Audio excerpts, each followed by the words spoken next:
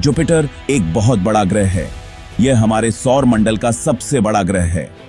Jupiter एक gas giant है जो ज्यादातर हाइड्रोजन और हीलियम से बना है। यह अपने ग्रेट रेड स्पॉट के लिए जाना जाता है, एक विशाल तूफान जो सदियों से उग्र है। जुपिटर इतना बड़ा है कि यह पृथ्वी की तरह सूर्य की परिक्रमा नहीं करता है। इसका गुरुत्वाकर्षण केंद्र वास्तव में सूर्य के बाहर है। जुपिटर अपने आप में एक मिनी सिस्टम की तरह है, जिसके चारों ओर दर्जनों चांद परिक्रमा करते हैं। जुपिटर के पास बहुत सारे चांद हैं। खगोलविदों ने अब तक 80 से ज्यादा खोज निकाले हैं। हम इन चंद्रमाओं को 3 मुख्य समूहों में बांट सकते हैं: प्रमुख चंद्रमा, आंतरिक चंद्रमा और अनियमित उपग्रह। प्रमुख चंद्रमा सबसे बड़े और सबसे चमकीले हैं। उन्हें गैलीलियो गैलीली ने 17वीं शताब्दी में खोजा था, इसलिए हम उन्हें गैलीलियन चंद्रमा भी कहते हैं। आंतरिक चंद्रमा बृहस्पति के करीब हैं और बहुत छोटे हैं। अनियमित उपग्रह चंद्रमाओं का एक विविध समूह है जो बृहस्पति से बहुत दूर परिक्रमा करते हैं।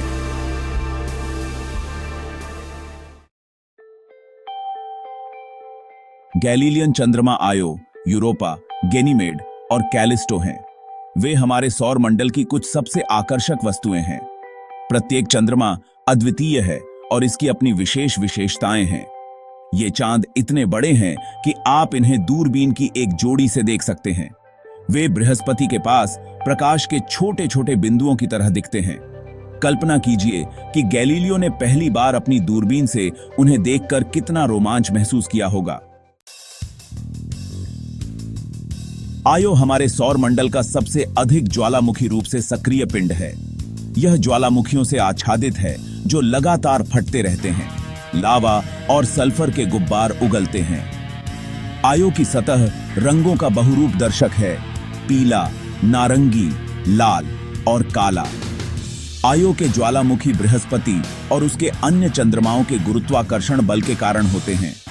यह निरंतर खिंचाव आयो के अंदर घर्षण पैदा करता है, जो गर्मी उत्पन्न करता है और ज्वालामुखी गतिविधि को बढ़ावा देता है। यूरोपा बर्फ से ढका हुआ है। यह बर्फ की मोटी परतें और दरारें दिखाता है, जो इसकी सतह को एक रहस्यमय और अद्वितीय रूप देती हैं। लेकिन वैज्ञानिकों का मानना है कि इसकी सतह के नीचे पानी का एक विशाल महासागर है। यह महासागर, जो बर्फ की परतों के नीचे छिपा हुआ है, हमारे सौर मंडल के सबसे रहस्यमय स्थानों में से एक हो सकता है। इस महासागर में संभावित रूप से जीवन हो सकता है। वैज्ञानिकों का मानना है चंद्रमा की सतह दरारों और लकीरों से ढकी हुई है, जिससे पता चलता है कि बर्फ हिल रही है और शिफ्ट हो रही है। यह गतिशीलता इस बात का संकेत हो सकती है कि नीचे पानी की परतें हैं जो बर्फ को हिला रही हैं। वैज्ञानिकों ने यूरोपा के दक्षिणी ध्रुवीय क्षेत्र से गीजर भी देखे हैं, जो नीचे के महासागर से जल वाष्प उगल रहे होंगे। ये गीजर, जो बर्फ की सतह से फूटते हैं, इस बात का प्रमाण हो सकते हैं कि नीचे पानी है। जल वाष्प के ये स्तंभ, जो यूरोपा के महासागर से निकलते हैं, हमें इस बात का संकेत देते हैं कि वहां जीवन के लिए आवश्यक तत्व हो सकते हैं। यह खोज हमें हमारे सौर मंडल के अन्य हिस्सों में जीवन की संभावनाओं के बारे में और अधिक जानने के लिए प्रेरित करती है। गैनीमेड हमारे सौर मंडल का सबसे बड़ा चंद्रमा है। यह बुध ग्रह से भी बड़ा है। गैनीमेड में एक धात्विक कोर, एक चट्टानी मेंटल और बर्फ और चट्टान की सतह है। गैनीमेड के बारे में सबसे दिलचस्प चीजों में से एक यह है कि इसका अपना चुंबकीय क्षेत्र है। चांद के लिए यह बहुत ही असामान्य है। वैज्ञानिकों का मानना है कि गैनीमेड का चुंबकीय क्षेत्र उसके धात्विक कोर द्वारा उत्पन्न होता है। कैलिस्टो हमारे सौर मंडल का सबसे अधिक क्रेटर वाला पिंड है। इसकी सतह सभी आकार के क्रेटर से ढकी हुई है, जिनमें से कुछ अरबों साल पुराने हैं। कैलिस्टो एक टाइम कैप्सूल की तरह है, जो शुरुआती सौर मंडल के रिकॉर्ड को संरक्षित करता है। अन्य गैलीलियन चंद्रमाओं के विपरीत कैलिस्टो बहुत सक्रिय नहीं है। इसकी सतह बहुत पुरानी है और बहुत कम भूगर्भीय विशेषताएं हैं। वैज्ञानिकों का मानना है कि कैलिस्टो अरबों वर्षों से भूगर्भीय रूप से मृत है। आंतरिक चंद्रमा 4 छोटे चंद्रमाओं का एक समूह है जो बृहस्पति के बहुत करीब परिक्रमा करते हैं। ये चंद्रमा बृहस्पति के विशाल गुरुत्वाकर्षण क्षेत्र के भीतर स्थित हैं, जो उन्हें ग्रह के चारों ओर तेजी से घुमाता है। इन चंद्रमाओं की कक्षाएं बृहस्पति के चारों ओर बहुत स्थिर हैं और वे ग्रह के बहुत करीब रहते हैं। वे मेटिस, एड्रास्टिया, अमाल्थिया और थेबे हैं। मेटिस और एड्रास्टिया सबसे छोटे हैं, जबकि अमाल्थिया और थेबे थोड़े बड़े हैं। ये चंद्रमा बृहस्पति के छल्लों के भीतर स्थित हैं और इनका गुरुत्वाकर्षण प्रभाव बृहस्पति के छल्लों को स्थिर रखने में मदद करता है। ये सभी चंद्रमा अनियमित आकार के और बहुत धुंधले हैं। इनका आकार और संरचना बहुत विविध है और वे बृहस्पति के चारों ओर विभिन्न कक्षाओं में घूमते हैं। इन चंद्रमाओं की सतहें बहुत पुरानी और गड्ढों से भरी हुई हैं। ये इंसान की बामकुंगई, जो उनके अतीत के बारे में बहुत कुछ बताती हैं। ऐसा माना जाता है कि ये बहुत पहले बृहस्पति के गुरुत्वाकर्षण द्वारा नष्ट किए गए एक बड़े चंद्रमा के अवशेष हैं। बृहस्पति का शक्तिशाली गुरुत्वाकर्षण बल इन चंद्रमाओं को खींचकर तोड़ सकता है, जिससे वे छोटे छोटे टुकड़ों में बंट जाते हैं। ये टुकड़े फिर बृहस्पति के चारों ओर कक्षा में आ जाते हैं और समय के साथ नए चंद्रमा बन जाते हैं। अनियमित उपग्रह चंद्रमाओं का एक विविध समूह है जो बृहस्पति से बहुत दूर परिक्रमा करते हैं। ये चंद्रमा बृहस्पति के गुरुत्वाकर्षण क्षेत्र के बाहरी किनारे पर स्थित हैं और उनकी कक्षाएं बहुत अंडाकार होती हैं। इन चंद्रमाओं की कक्षाएं बृहस्पति के चारों ओर बहुत अस्थिर होती हैं और वे अक्सर एक दूसरे के साथ टकराते रहते हैं। ऐसा माना जाता है कि वे क्षुद्र ग्रह या धूमकेतु हैं।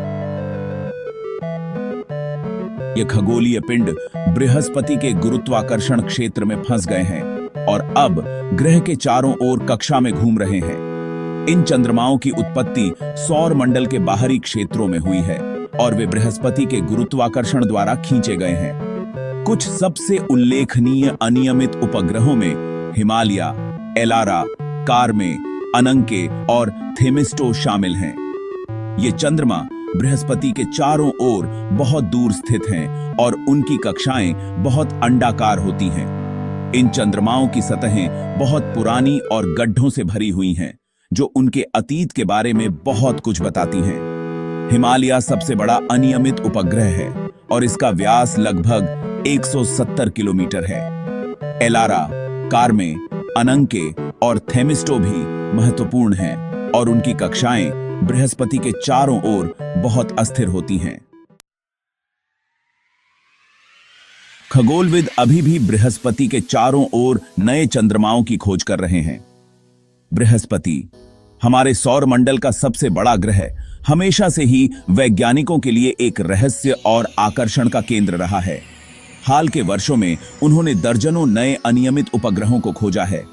ये उपग्रह जो बृहस्पति के चारों ओर अनियमित कक्षाओं में घूमते हैं, हमें इस विशाल ग्रह के गुरुत्वाकर्षण क्षेत्र और उसके प्रभावों के बारे में नई जानकारी प्रदान कर रहे हैं। ये खोजें हमें बृहस्पति के चंद्रमा प्रणाली के गठन और विकास को बेहतर ढंग से समझने में मदद कर रही हैं। वैज्ञानिक अब इन चंद्रमाओं के गठन के पीछे के रहस्यों को सुलझाने की कोशिश कर रहे हैं। यकीन है और यह जानने की कोशिश कर रहे हैं कि ये चंद्रमा कैसे और कब बने। आने वाले वर्षों में बृहस्पति के चंद्रमाओं का अधिक विस्तार से पता लगाने के लिए कई मिशन भी योजनाबद्ध हैं।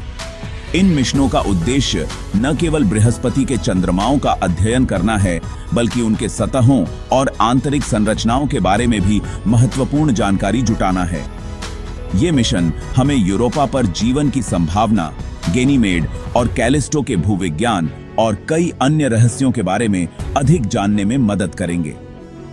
यूरोपा की बर्फीली सतह के नीचे छिपे महासागरों में जीवन की संभावना को लेकर वैज्ञानिक बेहद उत्साहित हैं।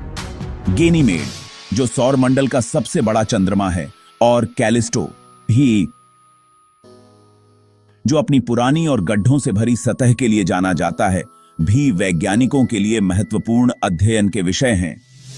इन मिशनों के माध्यम से हम बृहस्पति और उसके चंद्रमाओं के बारे में और भी गहराई से जान सकेंगे और यह समझ सकेंगे कि हमारे सौर मंडल के इन विशाल पिंडों का विकास कैसे हुआ। बृहस्पति के चंद्रमा केवल खगोलीय पिंडों से कहीं अधिक हैं। वे ब्रह्मांड के लिए खिड़कियां हैं जो हमें ग्रह प्रणालियों की विविधता और जटिलता की एक झलक प्रदान करती हैं। इन चंद्रमाओं का अध्ययन करके हम अपने स्वयं के सौर मंडल के गठन और पृथ्वी से परे जीवन की क्षमता के बारे में अधिक जान सकते हैं।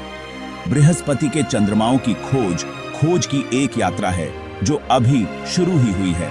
कौन जानता है कि आने वाले वर्षों